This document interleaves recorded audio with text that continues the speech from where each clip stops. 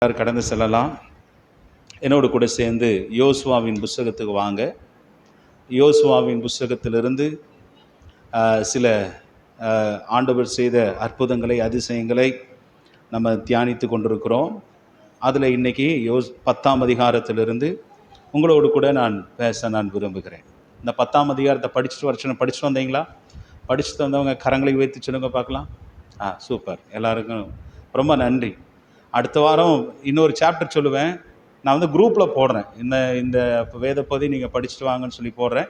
அந்த வேத பகுதி நீங்கள் எல்லோரும் என்ன செய்யணும்? படிச்சுட்டு வரணும். அப்போ தான் நீங்கள் படிச்சுட்டு வரும்போது தான் நான் சொல்கிற சத்தியம் என்ன அப்படிங்கிறதும் உங்களுக்கு விளங்கும். அல்லேலூயா. ஒரு தடவை ரீட் பண்ணிங்கன்னா நான் சொல்கிறது என்ன சொல்கிறோம், என்ன சொல்ல வரப்போகிறோம், அதுலேருந்து நம்ம என்ன கற்றுக்க போகிறோம் அப்படிங்கிற விஷயங்கள் நமக்கு தெரியும். படித்தவங்களுக்கு ரொம்ப நன்றி. என்னை தொடர்ந்து வேத வசனத்தை அதிகமாக படிங்க. ஆண்டவர் வேத வசனத்தினாலே கர்த்தர் உங்களை ஆசீர்வதிப்பாராக. ஆமென். அல்லேலூயா. இந்த 10ஆம் அதிகாரத்தில் 1 to 10 வசனங்கள் வரைக்கும் நீங்கள் படித்து பார்த்தீங்கன்னா, இஸ்ரவேல் ஜனங்கள், அதாவது ஆயி பட்டணத்துக்கும் எரிகோவின் ராஜாவுக்கும் அதே போல் கிபியோனின் குடிகளோடு கூட இஸ்ரவேல் மக்கள் உடன்படிக்கை பண்ணின, சமாதான உடன்படிக்கை பண்ணின அந்த விஷயத்தை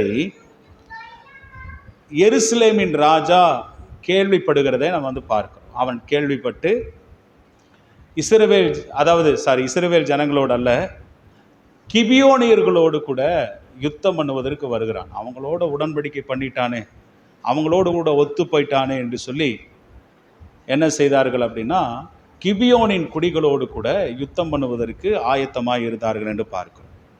அதான் அந்த முதல் வசனத்தை வாசிக்கிறோம். யோசுவா ஆயியை பிடித்து சங்காரம் பண்ணி எரிகோக்கும் அதன் ராஜாவுக்கும் செய்தபடி ஆயிக்கும் அதன் ராஜாவுக்கும் செய்ததையும் கிபியோனின் குடிகள் இஸ்ரவேலோடே சமாதானம் பண்ணி அவர்களுக்குள் வாசமாக இருக்கிறதையும் எருசலேமின் ராஜாவாகிய அதோனி தேசை கேள்விப்பட்டு கிபியோன் ராஜதானி பட்டணங்களில் ஒன்றை போல பெரிய பட்டணமும் ஆயை பார்க்கிலும் பெரிதமாக இருந்தபடினால் அதன் மனுஷர் எல்லாரும் பலசாலிகளாக இருந்தபடினாலும் மிகவும் பயந்து என்ன செய்தானா, பக்கத்தில் இருக்கிற ராஜாக்களை எல்லாம் தனக்கு சப்போர்ட் பண்ணும்படிக்கு கூப்பிடுகிறான். ராஜதானி பட்டணம்னா என்னது? Royal city. அதை தான் ராஜதானி பட்டணம் என்று சொல்கிறாங்க, ராயல் சிட்டி. ஏன்னா பைபிளில் வாசிக்கிறோம், ஆயி பட்டணத்தை விட, எரிகோ பட்டணத்தை விட இந்த கிபியோன் பட்டணம் எப்படி இருந்ததுன்னா, நல்ல அதில் இருக்கிற குடிகள் பலசாலிகளாக இருந்தார்கள். நல்ல ஒரு வெல் சிட்டியாக இருந்தது, பணக்கார ஒரு நாடாக இருந்தது என்று பார்க்கிறோம். அதன் மேலே யுத்தம் பண்ணுவதற்கு எருசலேமின் ராஜாவுக்கு சிங்களா வர முடியல. சிங்களா வந்தால் கிபியோனின் குடிகளை அழித்து போடுவார்கள். ஆனால் இவன் பக்கத்தில் இருக்கிற சில ராஜாக்களை, 4 ராஜாக்களை தன்னோடு கூட சேர்த்துக்கிறார். வாசிக்கிற அந்த 3வது வசனத்தில் வாசிக்கிறோம், ஆகியால் எருசலேமின் ராஜாவாகிய அதோனி சேதேக் எப்ரோனின் ராஜாவாகிய ஓகாமுக்கும் எர்மூத்தின் ராஜாவாகிய பீராமுக்கும் லாகிஸின் ராஜாவாகிய எப்பியாவுக்கும் எக்லோனின் ராஜாவாகிய தேபீருக்கும் ஆள் அனுப்பி, நாங்கள் கிபியோனை சங்கரிக்கும்படி நீங்கள் என்னிடத்தில் வந்து எனக்கு துணை செய்யுங்கள். அவர்கள் யோசுவாவோடும் இஸ்ரவேல் புத்தரோடும் சமாதானம் பண்ணினார்கள் என்று சொல்லி அனுப்பினான். அல்லேலூயா. அப்போது அந்த 5 ராஜாக்கள் இப்போ மனசில் வச்சுங்க, இஸ்ரவேலின் ராஜாவோடு கூட சேர்த்து எத்தனை பேர்? 5 ராஜாக்களும் கிபியோனின் மேலே யுத்தம் பண்ணும்படிக்காக வராங்க. அவங்க ஆல்ரெடி கிபியோன் படி யுத்தம் பண்ண ஆரம்பிச்சிட்டாங்க. அவங்க கிபியோனின் பள்ளத்தாக்கில் இறங்கி அவர்களோடு யுத்தம் பண்ண ஆரம்பித்த போது கிபியோனின் குடிகள் அந்த 5 ராஜாக்களை பார்த்து கொஞ்சம் பயந்து யோசுவாவினிடத்தில், கில்காவில் இருக்கிற யோசுவாவினிடத்தில் ஆள் அனுப்பி, இந்த மாதிரி இந்த ராஜாக்கள், எருசலேமின் ராஜா இவங்களையெல்லாம் கூட்டிகிட்டு யுத்தத்துக்கு வர்றாரு, அதனால் எனக்கு நீங்கள் உதவி செய்யும்படி ஆள் அனுப்பி உதவி செய்யும்படி கேட்கிறேன்னு சொல்லி அனுப்புகிறார். யோசுவா என்ன செய்கிறாரு? முழுவதும் இந்த விஷயத்தை கேட்டபோது முழுவதும் நடந்து வந்தார் என்று பார்க்கிறோம். அல்லேலூயா. பள்ளத்தாக்கிலே மலைகளிலே ஏறி முழுவதும் நடந்து வந்தார். அப்போது ஆண்டவர் இந்த இடத்துல பார்த்தீங்கன்னா கிபியோனின் குடிகளோடு கூட உடன்படிக்கை பண்ண விஷயத்தில் கர்த்தர் ரொம்ப அமைதியாக இருந்தார். ஆண்டவர் எதுவும் ஏன்னா உடன்படிக்கை பண்ணிட்டாங்க, அவங்கள என்னென்ன பண்ண வச்சாங்க அப்படிங்கிற விஷயத்தை கர்த்தர் கண்டுகொள்ளவில்லை. அதை அப்படியே என்ன செஞ்சிட்டாரு, விட்டுட்டார், அங்கீகரித்து விட்டு விட்டார். இங்கே வாசிக்கிறோம், யோசுவா அவர்களோடு கூட யுத்தத்துக்கு போகிற போது கர்த்தர் ஒரு வார்த்தை யோசுவா இடத்துல பேசுகிறார். என்ன பேசுகிறாரு? 8வது வசனத்தை வாசிங்க பார்க்கலாம். கர்த்தர் யோசுவாவை நோக்கி, அவர்களுக்கு நீ பயப்படாயாக. அடுத்தது, உன் கையில் அவர்களை ஒப்பு கொடுத்தே, அவர்களில் ஒருவனும் உனக்கு முன்பதாக நிற்பதில்லை. ஒருவனும் உனக்கு முன்பதாக நிற்பதில்லை என்று ஆண்டவர் திரும்பவும் 1ஆம் அதிகாரம் 5வது வசனத்தில் சொல்லப்பட்ட அந்த பிராமிஸை திரும்பவும் யோசுவாவுக்கு சொல்றார். உனக்கு முன்பதாக ஒருவனும் நிற்பதில்லை. ஆமென் சொல்லுங்க, ஹல்லேலூயா. நமக்கு முன்பதாக எவனும் நிற்பதற்கு ஒருவனுக்கும் தகுதி இல்லை. ஆமென், ஹல்லேலூயா. ஏன்னா எனக்குள்ள யார் இருக்கிறார்னா, ராஜாவினுடைய ஜெய கம்பீரம் எனக்குள்ள இருக்கிறது. இஸ்ரவேலின் ராஜா ஆண்டவர் சொல்லி இருந்தார், ஆண்டவர் என்னோடு கூடவே அவர் இருப்பதாக ஆண்டவர் சொல்லி இருந்தார். அல்லேலூயா. யோசுவாவோடு கூடவே இருப்பதாக, நான் உன்னை விட்டு விலகுவதில்லை, உன்னை கைவிடுவதில்லை என்று ஆண்டு சொன்னார்.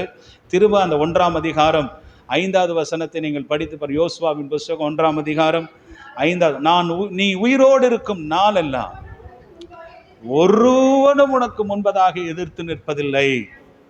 நான் மோசேயோடு இருந்தது போல நான் ஒருவனும் உன்னை.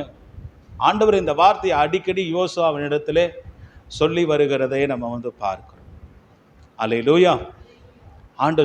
ஆண்டவர் சொன்ன வார்த்தையை எப்போதுமே வாக்குத்தத்தம் பண்ணினதை, அந்த வாக்குத்தத்தத்தை குறித்து ஆண்டவர் அந்த வாக்குத்தத்தத்தை காக்க கர்த்தர் வல்லமையுள்ளவராய் இருக்கிறார். அதை நிச்சயமாய் நிறைவேற்றுவார். எங்கு போனாலும் ஆண்டவர் கூட வருகிறது போல வாக்குத்தத்தங்களும் நமக்கு பின்பதாக என்ன செய்யும், தொடர்ந்து வரும். அதுதான் இங்கே திரும்பவும் ஆண்டவர் சொல்றாரு என்னென்ன, கர்த்தர் யோசுவாவை நோக்கி, அவர்களுக்கு பயப்படாயாக, உன் கைகளில் அவர்களை ஒப்பு கொடுத்தே, அவர்களில் ஒருவரும் உனக்கு முன்பதாக நிற்பது, ஒருவரும் உனக்கு முன்பதாக நிற்பதில்லை என்று ஆண்டவர் சொன்னார். பைபிளை வாசிக்கிறோம். யோசுவா என்ன செய்தார்னா, யோசுவா கில்காலிலிருந்து முழுவதும் நடந்து திடீரென்று அவர்கள் மேலே வந்து விட்டார். அவர் வந்த உடனே இவங்களுக்கு எல்லாருக்கும் பயங்கர பயம். 5 ராஜாக்கள் வர்றாங்க. இஸ்ரவேலும் கிபியோனியர்கள் தான் யுத்தம் பண்ணுறாங்க. ஆனால் 5 ராஜாக்களும் யோசுவாவுடைய படைகளை பார்த்து பயந்தார்கள் என்று பார்க்கிறோம். கீழ்க்கிற வசனத்தை வாசிங்க, 10வது வசனம். கர்த்தரோ அவர்களை இஸ்ரவேலுக்கு முன்பதாக கலங்க பண்ணினார், அவங்களை கலங்க வைத்தார். ஆமென். அடுத்து, ஆகையால் அவர்கள் கிபியோனிலே மகா சங்காரமாக மடங்கடித்து பெத்ரோனுக்கு போகிற வழியிலே துரத்தி அசக்கா மட்டும் முறியடித்தார்கள் என்று பார்க்கிறோம். அல்லேலூயா. இஸ்ரவேல் ஜனங்களுக்கு முன்பதாக அந்த 5 ராஜாக்களும் எருசலேமின் ராஜாவும் சேர்ந்து ஓடுறான். இஸ்ரவேல் ஜனங்களை பார்த்தவுடன் ஆண்டவர் சொன்னார், ஒருவன் உனக்கு விரோதமாய் ஒரு வழியாய் வருவான், ஆனால் எத்தனை வழியாக ஓடிப்போவான்? 7 வழியாய் ஓடிப்போவான் என்ன ஆண்டவர் சொன்னார். அது இந்த இடத்துல நிறைவேறி எல்லாம் தெரிச்சு ஓடுறான் இஸ்ரவேல் படைகளை பார்த்த உடனே. ஆண்டவர் என்ன செய்தார், இஸ்ரவேல் ஜனங்கள் துரத்திட்டே போகிறாங்க. ஆண்டவர் இஸ்ரவேல் ஜனங்களுக்கு சப்போர்ட்டாக வானத்திலிருந்து கர்த்தர் கல்மலையை உண்டாக்குறார். வானத்திலிருந்து கல்லா மழை பெய்யுது. எப்படி இருக்கும், நம்ம தண்ணியே அந்த வாட்டரே நம்ம மலையில் என்ன செய்ய முடியாது, நிற்க முடியல. சட்டுன்னு அடிச்சுதுன்னா வண்டியிலலாம் போகும்போது பாருங்கள், மழை வேகமாக அடிச்சுன்னா வண்டியே என்ன செய்ய முடியாது, ஓட்ட முடியாது, நடந்தே வர முடியாது, எங்கேயாவது ஒதுக்குப்புறமான ஒரு இடத்தை தேடுவோம். ஆனால் ஆண்டவர் கல்லை கொண்டு எறிந்தார் என்று பைபிளை வாசிக்கிறோம். அந்த வசனத்தை நீங்கள் படிங்க, 11வது வசனம். அவர்கள் பெத்ரோனிலிருந்து இறங்குகிற வழியிலே இஸ்ரவேலுக்கு முன்பதாக ஓடி போகையில் அசக்கா மட்டும் ஓடுகிற அவர்கள் மேல் கர்த்தர் வானத்திலிருந்து பெரிய கற்களை விழப்பண்ணினார், அவர்கள் செத்தார்கள். இஸ்ரவேல் புத்திரர் பட்டயத்தால் கொன்றவர்களை பார்க்கலும் கல்மலையினால் செத்தவர்கள் அதிகமாக இருந்தார். பட்டயத்தால் அவர்களை கொன்றவர்களை பார்க்கிலும் சத்துருக்களை ஆண்டவர் கல்மலையினாலே அடித்து கொன்றவர்கள் அநேகமாயிருந்தார்கள் என்று பார்க்கிறோம். அல்லேலூயா. ஆண்டவர் பைபிளில் இதே 10ஆம் அதிகாரத்தில் ஒரு வசனத்தை வாசிக்கிறோம். 10ஆம் அதிகாரத்தில் 21வது வசனத்தை நீங்கள் வாசிக்க பார்க்கலாம். ஜனங்கள் எல்லாரும் சுகமாய் மக்கத்தாவில் இருக்கிற பாளையத்திலே யோசுவாவினிடத்திற்கு திரும்பி வந்தார்கள். இஸ்ரவேல் புத்திரருக்கு விரோதமாக ஒருவனும் தன் நாவை அசைக்கவில்லை. அல்லேலூயா. இஸ்ரவேல் ஜனங்களுக்கு முன்பதாக ஒருவனும் தன் நாவை என்ன செய்யல, அசைக்கவே இல்லை. ஏன்னா இஸ்ரவேல் ஜனங்களை பார்த்து பயந்தார்கள். இஸ்ரவேல் ஜனங்களை பார்த்து பயந்தார்கள் என்று பார்க்கிறோம். அருமையான கர்த்தருடைய பிள்ளைகளே, ஒரு நாள் யோசுவா இந்த கானான் தேசத்துக்குள்ளே யுத்தம் செய்வதற்கு முன்பதாக திடீரென்று பார்த்தீங்கன்னா ஒரு நபரை சந்திக்கிறார். அந்த வசனத்தை நீங்கள் வாசிங்க. யோசுவாவின் புஸ்தகம் 5ஆம் அதிகாரம் 13வது வசனத்திலிருந்து வாசிங்க. யோசுவாவின் புஸ்தகம் 5ஆம் அதிகாரம். தன் எரிகோவின் வெளியிலிருந்து தன் கண்களை ஏறிட்டு பார்க்கும்போது இதோ ஒருவர் அவனுக்கு எதிரே நின்றார். உருவின பட்டயம் அவர் கையில் இருந்தது. யோசுவா அவரிடத்துல போய் கேட்கிறார். நல்லா கவனிங்களேன். யோசுவா அவரிடத்துல கண்களை ஏறிட்டு எரிகோ பட்டணத்திலிருந்து பார்க்குறாரு. ஒருத்தர் வாட்ட சாட்டமா நல்ல ஒரு பெரிய ஒரு பட்டயத்தை வைத்து கொண்டு நிற்கிறார். அவரை பார்த்தபோது யோசுவா பக்கத்தில் போய் கேட்குறாரு, என்னன்னா, நீர் எங்களை சேர்ந்தவரோ அல்லது எங்களுடைய சத்துருக்களை சேர்ந்தவரோ என்று கேட்டார். அதற்கு அவர் பதில் சொல்றாரு, அதற்கு அல்ல, நான் கர்த்தருடைய சேனையின் அதிபதியாய் இருக்கிறேன். அல்லேலூயா. நான் கர்த்தரின் சேனையின் அதிபதியாய் நான் வந்திருக்கிறேன். எதற்காக அவர் வந்தாரு? யுத்தம் பண்ணுவதற்காக. யாரோடு சேர்ந்து யுத்தம் பண்ண? யோசுவாவோடு சேர்ந்து யுத்தம் பண்ண. ஆண்டவர் எகிப்தில் இருக்கும்போதே அந்த இஸ்ரவேல் ஜனங்களுக்கு செய்வார். கர்த்தர் செய்கிற யுத்தத்தை நீங்கள் நின்று கொண்டு நீங்கள் பாரு. யுத்தம் யோசுவா செய்யவில்லை. இங்கே பார்க்கிறோம், சேனையின் அதிபதியாகிய கர்த்தர் யோசுவாவோடு கூட இருந்து எல்லா சத்துருக்களையும் அவர் முறியடித்தார். அல்லேலூயா. கர்த்தர் சகல யுத்தங்களையும் முறியடித்தார் என்று பார்க்கிறோம்.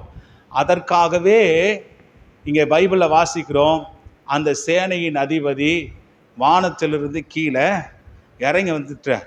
இந்த சேனையின் அதிபதி யாருன்னு பைபிள் சொல்லுது தெரியுங்களா? நம்முடைய ஆண்டவராகிய இயேசு கிறிஸ்துவையே நமக்கு காண்பிக்கிறது. அல்லேலூயா. அவர் சொல்ற 14வது வசனத்தை வாசிங்க. அதற்கு அவர் அல்ல, நான் கர்த்தருடைய சேனையின் அதிபதியாய் இப்பொழுது வந்தேன் என்றார். அப்பொழுது யோசுவா தரையிலே முகங்கு விழுந்து பணிந்து கொண்டு அவரை நோக்கி, ஆண்டவர் தமது அடியேனுக்கு சொல்லுகிறது என்னவென்று கேட்டான். அப்பொழுது கர்த்தருடைய சேனையின் அதிபதி யோசுவாவை நோக்கி, உன் காலில் இருக்கிற பாதரட்சையை கலட்டி போடு, நீ நிற்கிற இடம் பரிசுத்தமானது என்றார். யோசுவா அப்படியே செய்தான். அதுக்கு பிறகு பார்த்தீங்கன்னா யோசுவாவும் சேனையின் அதிபதியும் 2 பேரும் சேர்ந்து என்ன செய்தாங்க? தேசத்தை கலக்கினார்கள். அல்லேலூயா. ஆண்டவர் சொன்னார்ல, நான் உனக்கு முன்பதாக போய் உன்னுடைய சத்துருக்களை எல்லாம் நான் முறியடிப்பேன். நான் கொஞ்சம் கொஞ்சமாய் அவர்களை துரத்தி விடுவேன். நீ பார்க்கிற ஏத்தியரையும் எமோரியரையும் கானாரியரையும் கிருகாசியரையும் எபூசியரையும் நீ இனிமேல் நீ என்ன செய்ய மாட்ட, நீ பார்க்க மாட்டாய். அவர்கள் எல்லாம் உனக்கு முன்பதாக அழிய பண்ணுவேன் என்று ஆண்டவர் சொல்லி இருந்தார். அதுக்காகத்தான் அந்த சத்துருக்களை அழிக்கும்படிக்கு யோசுவாவோடு கூட சேர்ந்து யுத்தம் பண்ணும்படிக்கு இந்த சேனையின் அதிபதி இறங்கி வந்து அவர் சங்காரம் பண்ணினார் என்று பார்க்கிறோம். எல்லா ஜாதிகளையும் கர்த்தர் சொன்ன வாக்குத்தத்தத்தின்படி இந்த கானான் தேசத்தை இஸ்ரவேல் ஜனங்களுக்கு கொடுக்கிற வரைக்கும் அந்த சேனையின் அதிபதி கூடவே இருந்து யோசுவாவுக்கு சப்போர்ட்டாக இருந்து ஜாதிகளை அவர் நிர்மூலமாக்கினார். ஹல்லேலூயா. அதே போலதான் நமக்கும் சேனையின் அதிபதி ஒருவர் இருக்கிறார்.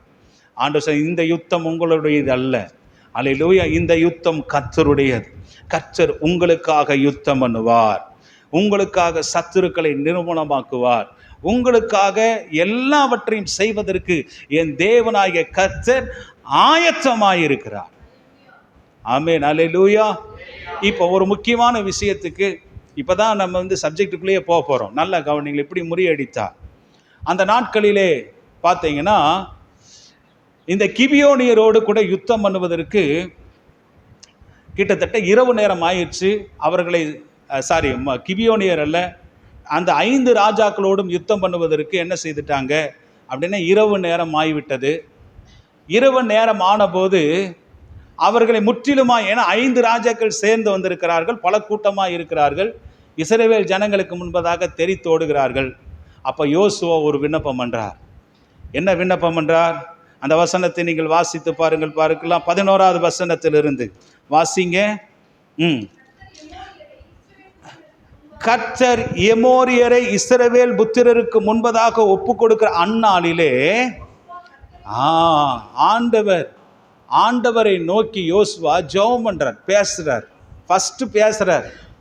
பேசி பின்பு இஸ்ரவேலின் கண்களுக்கு முன்பதாக, சூரியனே நீ கிபியோன் மேலும், சந்திரனே நீ ஆயலோன் பள்ளத்தாக்கின் மேலும் தரித்து நில்லுங்கள் என்று யோசுவா சொல்றார். யுத்தம் பண்ணுவதற்கு இரவு நேரம் ஆகிவிட்டது. நல்லா கவனிங்க. இப்போ யுத்தத்தில் இரவு நேரத்தில் அந்த ஜனங்களை கண்டுபிடிப்பதற்கு அரிதாக இருந்தபடினாலே யோசுவா ஜெபம் பண்றார். சூரியனே நீ கிபியோன் மேலும், சந்திரனே நீ ஆயலோன் பள்ளத்தாக்கின் மேலும் தரித்து நில்லுங்கள் என்று சொல்லுகிறார். அந்த சூரியன் தரித்து நின்றது, சந்திரனும் தரித்து நின்றது என்று பைபிளில் வாசிக்கிறோம். அல்லேலூயா. இப்போ நல்லா கவனிங்க, பாருங்களேன். ஒரு பைபிளில் வாசிக்கிறோம், ஒரு மனிதனுடைய சொல் கேட்டு, அந்த வசனத்தை வாசிங்க, 13வது வசனம். அப்பொழுது சூரியன் தரித்தது, சந்திரனும் நின்றது. 14வது வசனம். இப்படி கர்த்தர் ஒரு மனிதனுடைய சொல் கேட்ட அந்த நாளை ஒத்த நாள் அதற்கு முன்னும் இல்லை அதற்கு பின்னும் இல்லை. கர்த்தர் இஸ்ரவேலுக்காக யுத்தம். ஒரு மனுஷனுடைய சொல்ல கர்த்தர் கேட்டு அந்த நாளிலே சூரியனை நடுவானத்திலே நிறுத்தி சந்திரனையும் நிறுத்தி வைத்து ஆண்டவர் யுத்தம் பண்ணினார். அல்லேலூயா. இஸ்ரவேலுக்கு துணை செய்தார். அது எப்படி சாத்தியமாச்சு அப்படின்னா, ஸ்காலர்ஸ் ஆண்டவர் சொன்னார், இயேசு கிறிஸ்துவே சொன்னார், பகலுக்கு 12 மணி நேரம் அல்லவா, பகலுக்கு 12 மணி நேரம் அல்லவா ஆண்டவர். அப்போ ஒரு நாள் என்பது எப்படி நம்ம கணக்கிடுறோம்? 12 மணி நேரம் பகல், 12 மணி நேரம் இரவு. அப்போ 24 மணி நேரம் கொண்ட அந்த மணி நேரங்கள், 24 மணி நேரம் கொண்டது ஒரு நாள் என்று நம்ம என்ன செய்கிறோம்? நம்ம கணக்கிடுகிறோம்.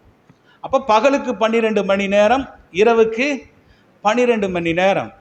பைபிள் ஸ்காலர்ஸ் சொல்கிறாங்க, 24 மணி நேரமே பகலாக இருந்த ஒரு நாள் எப்போ அப்படின்னு கேட்டால், யோசுவா அந்த ராஜாக்களோடு கூட யுத்தம் பண்ணுவதற்கு அந்த சூரியன் தரித்து நின்ற அந்த நாளே பகல் 12 மணி நேரமும், அது 24 மணி நேரமும் பகலாய் கொண்டிருந்த நாள் என்று நம்ம வாசிக்கிறோம். எல்லாரும் கரங்களை வைத்து சொல்லுங்க பார்க்கலாம். ஹல்லேலூயா. ஓ ஹல்லேலூயா. அதனால தான் நாசா 1960வது வருஷத்தில் நாசா ஒரு சூரிய குடும்பத்திலிருந்து ஒரு நாள் காணவில்லை என்று பரப்பினார்கள். ஒரு நாள் சூரிய குடும்பத்திலிருந்து ஒரு நாள் என்ன செய்யலையாம், அது காணாமல் போயிடுச்சுன்னு சொல்லி அதை பார்த்தீங்கன்னா ஆராய்ச்சி பண்ணி கண்டுபிடிச்சி அதில் ஒரு நாளே இல்லை. ஏன்னா பைபிளில் நம்ம இயற்கையின்படி இப்படி 24 மணி நேரம் பாதி பகல் பாதி இரவாக இருக்கணும். ஆனால் அது ஒரு நாள் இல்லை. ஏன் அப்படின்னா, யோசுவாவுடைய காலத்தில் சூரியன் 12 மணி நேரம் பகலாகவும் 12 மணி நேரம் பகலாகவும் இருந்தது. அப்படின்னாலே 24 மணி நேரம் பகலாக இருந்ததுனால அந்த ஒரு நாள் கணக்கிலேயே அவர்களால் எடுத்துக்கொள்ள முடியவில்லை. ரீசனா இப்போ 1960 கண்டுபிடிச்சிருக்காங்க. அதை திரும்ப சரி செஞ்சிட்டாங்க அப்படிங்கிற விஷயத்தையும் வருகிறது. எப்போ அப்படின்னா, எசேக்கியா ராஜாவினுடைய காலத்தில். எசேக்கியா ராஜாவினுடைய காலத்தில் அவன் வியாதிப்பட்ட போது ஏசியா தீர்க்கதரிசி சொல்கிறார், நீ செத்து போகிற, இன்னைக்கு இந்த வீட்டையெல்லாம் நீ ஆயத்தப்படுத்தி வை என்று. ஆனால் எசேக்கியா ராஜா முகங்குப்புற சுவரை பக்கமாய் திரும்பி கதறி அழுக போது எந்த ஏசாயா தீர்க்கதரிசி சொன்னாரோ அந்த தீர்க்கதரிசியின் இடத்துல ஆண்டவர் பேசி, இன்னைக்கு உன்னுடைய ஆயுசு நாட்களிலே ஆண்டவர் 15 வருஷத்தை கூட்டி கொடுத்தார் என்று. ஹல்லேலூயா. அதற்கு அடையாளம் என்ன என்று கேட்கும்போது தான் சொல்றார், ஆகாசனுடைய சூரிய கடிகாரத்திலே என்ன செய்யணும், எப்போதுமே காலங்கள், நம்முடைய வாட்சில் காலங்கள் எப்படி ஓடும்? ஃபார்வேர்டு, முன்னோக்கி ஓடும். அப்படிதானே? இப்படிதான் ஓடும். ஆனா எசேக்கியா ராஜா என்ன கேட்டாரு, அதாவது காலங்கள் ஓடுகிற அந்த காலத்துல 10 பாகை பின்னிட்டு ஓட வேண்டும் என்று கேட்டார். 10 பாகை பின்னிட்டு, சூரிய கடிகாரத்திலே 10 பாகை பின்னிட்டு ஓட வேண்டும் கேட்ட. கிட்டத்தட்ட நான் படிச்ச சில எபிரேய பதங்களிலே சில சயின்டிஃபிக்கா சில காரியங்கள் சொல்லும்போது, திரும்பவும் 24 மணி நேரம் அல்லது 12 மணி நேரம் அந்த நம்ம காலங்கள் பின்னோக்கி ஓடினது என்று சொல்லுகிறார். அல்லேலூயா. 12 மணி நேரம் என்ன செய்தது? பின்னோக்கி ஓடினது. சிலர் சொல்றாங்க 24 மணி நேரம் பின்னோக்கி ஓடினது. காலங்கள் முன்னாடி ஓடும் இல்ல, காலங்கள் முன்னாடி, மணி நேரங்கள் முன்னாடி ஓடும். ஆனா எசேக்கியா கேட்டது விசித்திரமாய் கேட்டார், காலங்களை பின்னாடி நகர்த்தும் ஆண்டவரே. ஒரு 12 மணி நேரம் பேக்ல போயிருச்சு. அப்போ யோசுவாவுடைய காலத்துக்கும் எசேக்கியா ராஜாவுடைய காலத்துக்கும் அந்த காரியங்கள் திரும்பவும் சரி செய்யப்பட்டது என்கிறதாக வேத வல்லுநர்கள் என்ன செய்றாங்க, சொல்றாங்க. அருமையான கர்த்தருடைய பிள்ளைகளே, ஒரு மனுஷனுக்காக, ஆமென், பைபிளை வாசிக்கிறோம், ஒரு மனுஷனுடைய சொற்பேச்சை கேட்டு ஆண்டவர் சூரியனையும் சந்திரனையும் நடுவானத்திலே நிறுத்தினார். நம்ம நினைக்கலாம், ஸ்கூல்ல எல்லாம் படிச்சிருப்போம், சூரியன் சுற்றுமா, சந்திரன் சுற்றுமா? சந்திரன் சுற்றாது. அப்ப எதுதான் சுத்துது? சூரியனை சுற்றி, சொல்லுங்க, எதுதான் சுத்துது?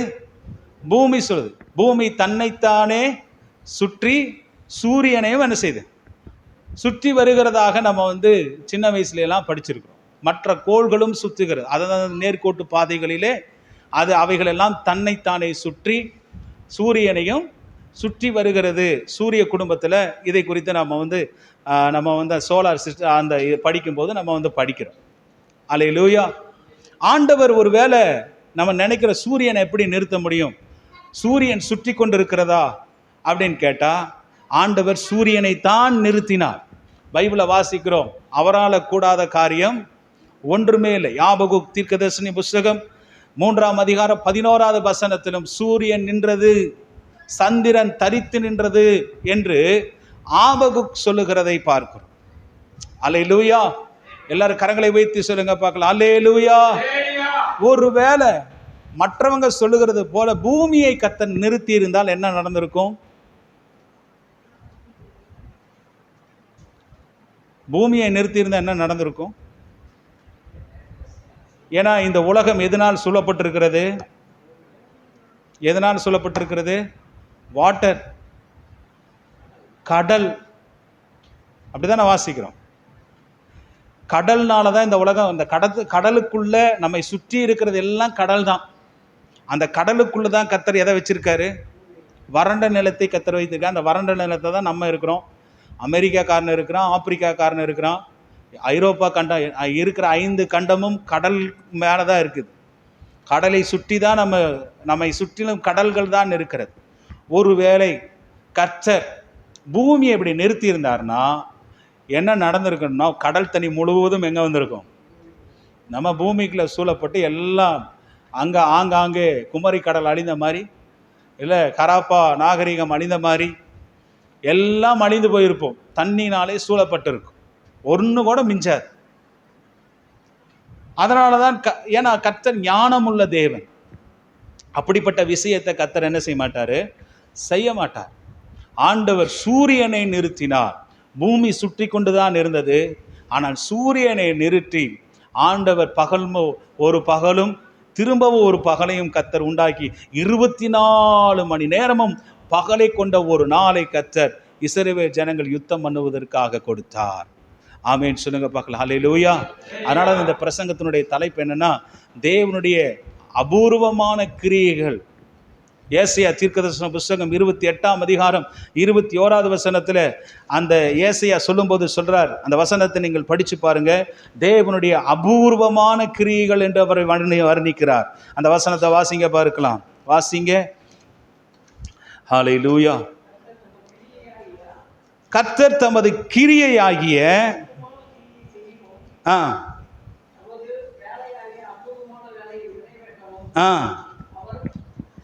அவர் பெராத்சி மலையிலே எழும்பினது போல எழும்பி கிபியோனின் பள்ளத்தாக்கில் கோபம் கொள்வார். கர்த்தர் தமது கிரியையாகிய அபூர்வமான கிரியையை செய்யவும் தமது வேலையாகிய அபூர்வமான வேலையை நிறைவேற்றவும் அவர் பெராத்சி மலையிலே எழும்பினது போல எழும்பி கிபியோன் பள்ளத்தாக்கிலே கோபம் கொண்டது போல கர்த்தர் கோபம் கொள்வார். இங்கே வர்ணிக்கிறாரு, கர்த்தர் தமது கிரியையாகிய அபூர்வமான கிரியையை செய்தார். அல்லேலூயா. ஆச்சரியமான கிரியை செய்தார், அற்புதமான கிரியை செய்தார். பாருங்க, மனுஷனுக்கு இயற்கையின் மேலே அதிகாரத்தை கொடுத்தார். தான் படைத்த சிருஷ்டிப்புகளின் மேலே ஆண்டவர் அவனுக்கு அதிகாரத்தை கொடுத்தார். படைப்புகளின் மேலே கர்த்தர் அதிகாரத்தை கர்த்தர் கொடுத்து வைத்திருக்கிறார். ஹல்லேலூயா. எல்லாரும் கரங்களை உயர்த்தி சொல்லுங்க பார்க்கலாம். ஹல்லேலூயா. ஆமா, யோசுவா செய்தது போலவே தேவனுடைய பிள்ளைகளை நம்மனால செய்ய முடியுமா? வானத்தில் சூரியனை நிறுத்தினது போல, சந்திரனை நிறுத்தினது போல நம்மனால சூரியனை நிறுத்த முடியுமா? சந்திரனை நிறுத்த முடியுமா? ஆண்டவர் சொன்னார், நம்மனால முடியும். ஹல்லேலூயா. நம்மனால முடியும். பைபிளில் வாசிக்கிற அந்த வசனத்தை ஏசாயா தீர்க்கதரிசி புஸ்தகத்துக்கு திரும்ப வாங்க. 45ஆம் அதிகாரத்துக்கு என்னோடு கூட சேர்ந்து திருப்புங்க பார்க்கலாம். 45ஆம் அதிகாரம் 45ஆம் அதிகாரம் 11வது வசனத்தை நம்ம எல்லாரும் கருத்தாய் படிங்க. யோசுவாவை போல, ஒரு நிமிஷம், யோசுவாவை போல சூரியனையும் சந்திரனையும் நம்ம நடுவானத்திலே அவரை போல நிறுத்த முடியுமா அப்படின்னா நிச்சயமாய் நிறுத்த முடியும். பைபிள் வசனம் நமக்கு பதில் தருகிறது. எப்படி அப்படின்னா, இஸ்ரவேலின் பரிசுத்தரும் உன்னை உருவாக்கினவருமாகிய கர்த்தர் சொல்லுகிறார், வரும் காரியங்களை என்னிடத்தில் கேளுங்கள், என் பிள்ளைகளை குறித்தும் என் கரங்களின் கிரியைகளை குறித்தும் எனக்கு கட்டளையிடுங்கள்.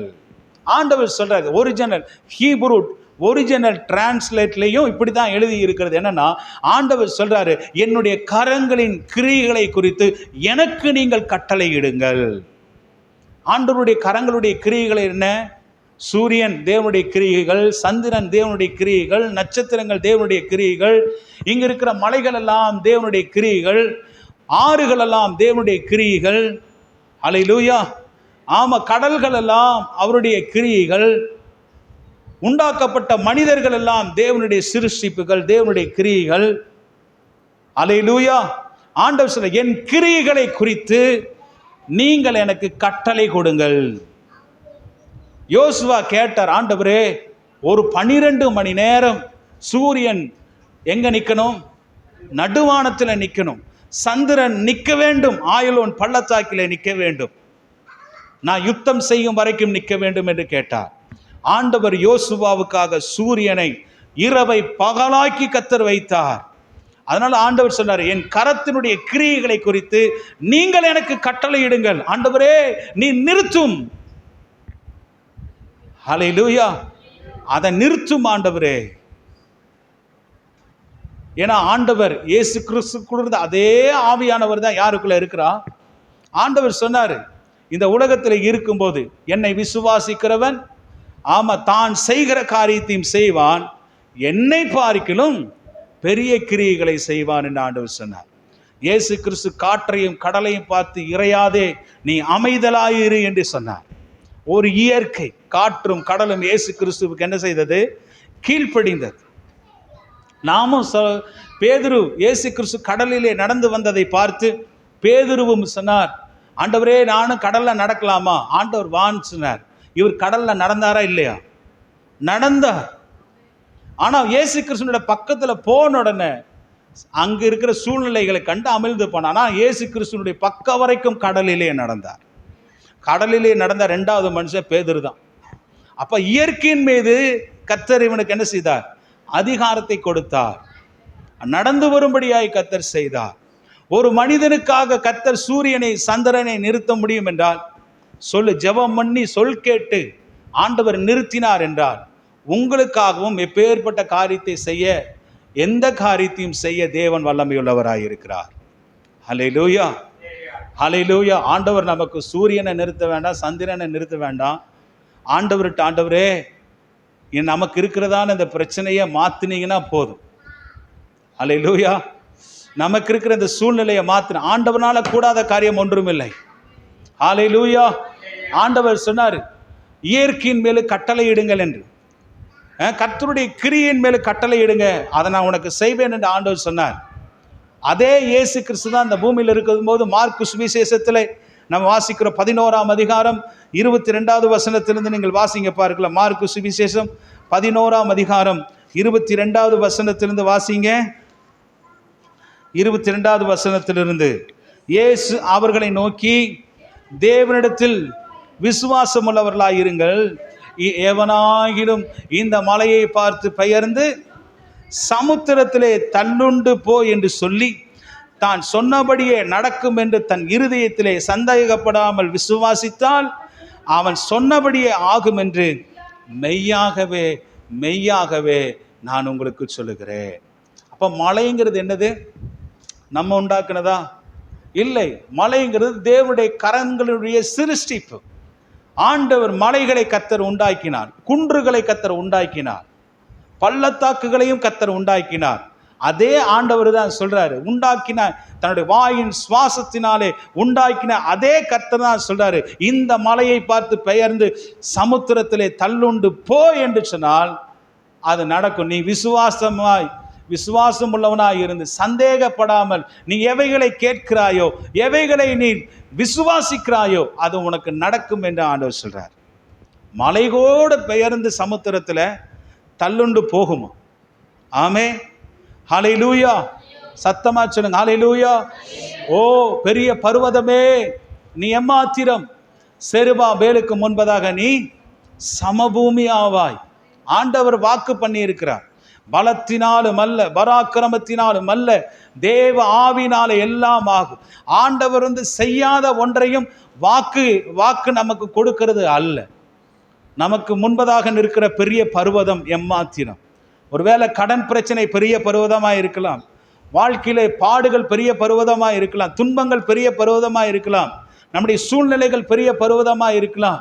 இயேசு கிறிஸ்து சொன்னது போல நீ விசுவாசித்து சொல்லணும், நம்ம பிரச்சனையை பார்த்து பேசணும், என்னை விட்டு பெயர்ந்து சமுத்திரத்திலே தள்ளுண்டு போ. நீ சந்தேகப்படாமல் விசுவாசித்தால் அது உன்னுடைய வாழ்க்கையில் நடக்கும். ஒரு பாஸ்டர் சொன்ன ஒரு கதையை நான் சொல்கிறேன், இது ஏற்கனவே நான் உங்களுக்கு சொல்லியிருக்கலாம்.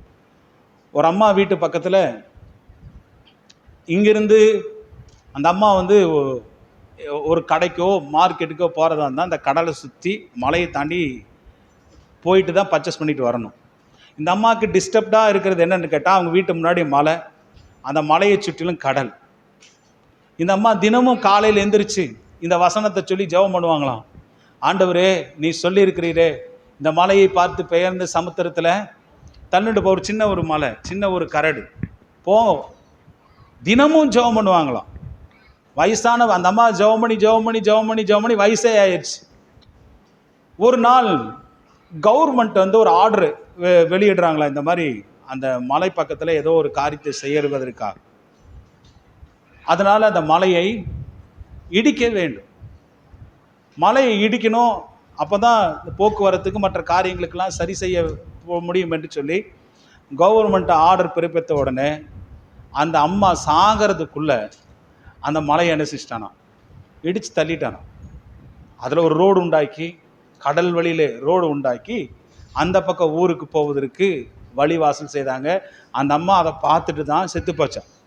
அப்போ ஒரு காலத்தில் நம்ம ஜெபிக்கிற ஜெபங்கள், நம்ம தேவன் சொல்லுகிற வாக்கு தத்தங்கள் ஒரு நாளைக்கு இல்லாமல் ஒரு இன்னைக்கு நிறைவேறாமல் இருக்கலாம். நம்முடைய கண்கள் பார்க்கிற வரைக்கும் கர்த்தர் நம்ம எடுக்க மாட்டார். அல்லேலூயா. ஆண்டவர் நிச்சயமாய் நிறைவேற்றுவார். ஆண்டவர் இந்த இயற்கை பார்த்து இயற்கையின் மீது கட்டளை இடுங்கள் என்று ஆண்டவர் சொன்னார். அல்லேலூயா. என்னுடைய கரத்தின் கிரியைகள் மேலே நீ கட்டளையிடு.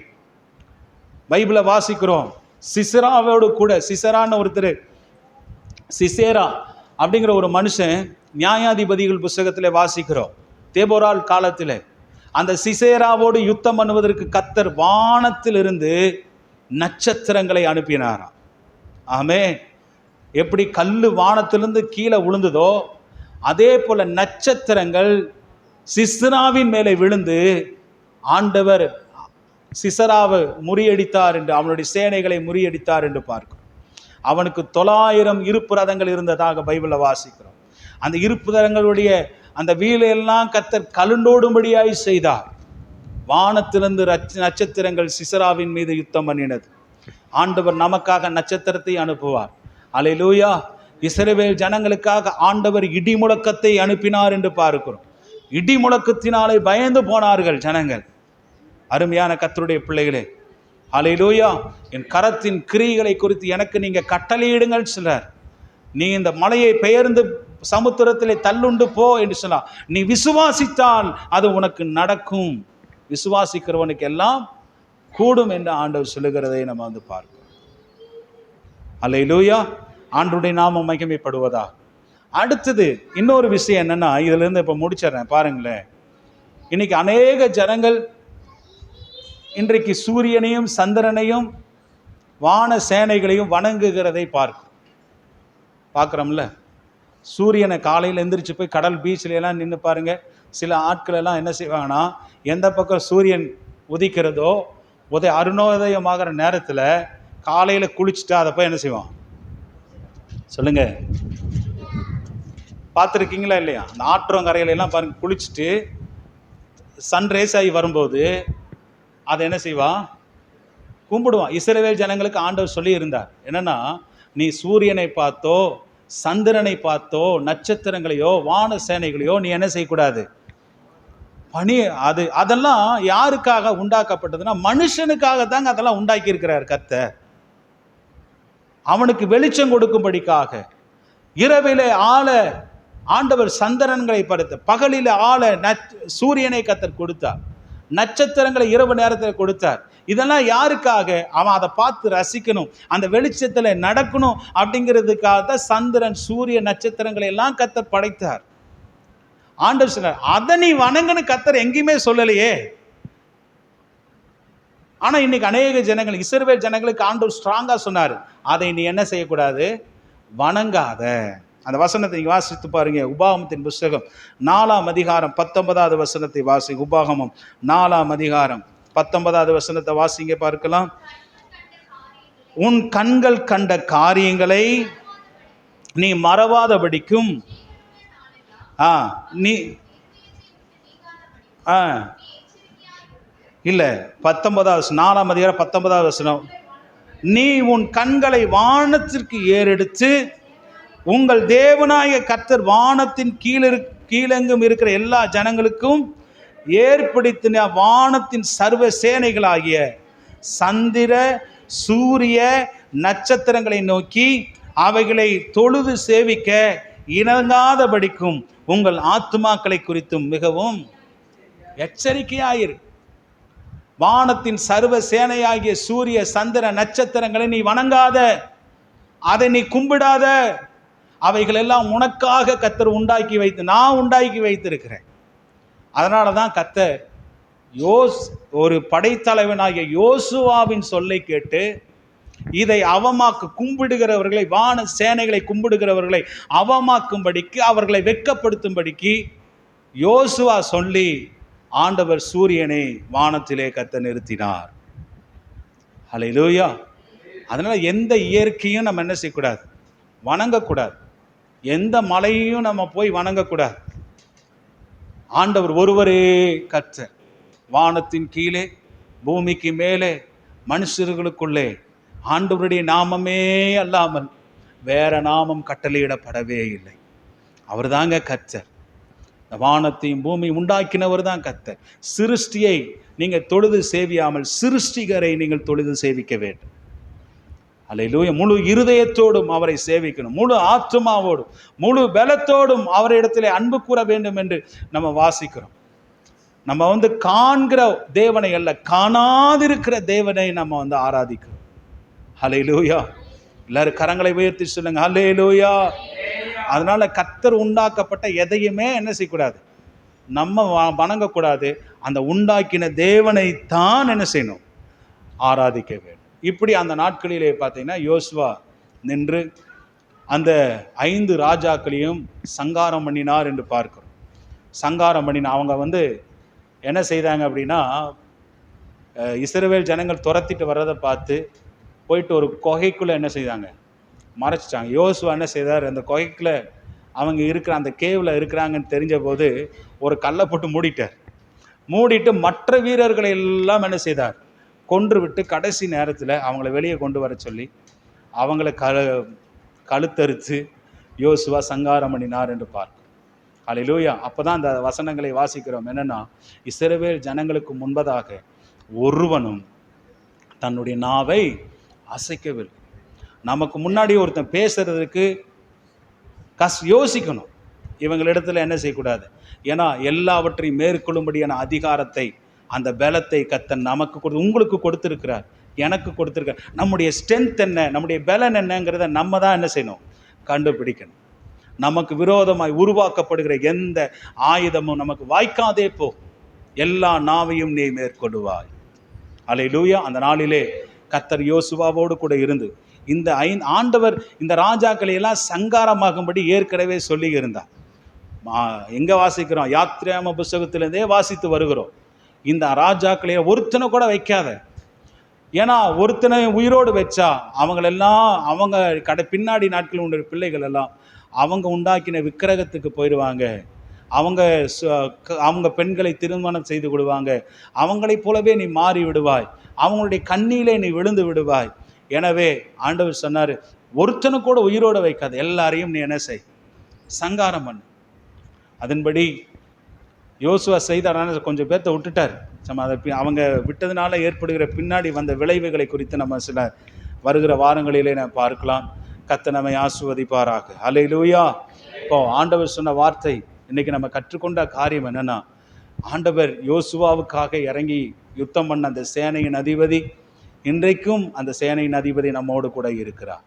அல்லேலூயா. ஜெய கிறிஸ்து நமக்கு முன்பதாக செல்லுவார். அவர் ஜெயமாக நம்மை நடத்துவார். வானத்திலிருந்து சத்துருக்குள் மேலே கல்லெறிவார். சூரியனை நிறுத்துவார், சந்திரனை நிறுத்துவார். நமக்கு முன்பதாக ஒருவனும் தன்னுடைய நாவை அசைக்காதபடி கர்த்தர் நம்முடைய வாழ்க்கையிலே செய்வாராக. கர்த்தர் நம்மை ஆசீர்வதிப்பாராக. நம்ம எல்லாரும் எழுந்திருக்கலாமா? நம்ம எல்லாரும் எழுந்திருங்க, பார்க்கலாம். எழுந்திருங்க.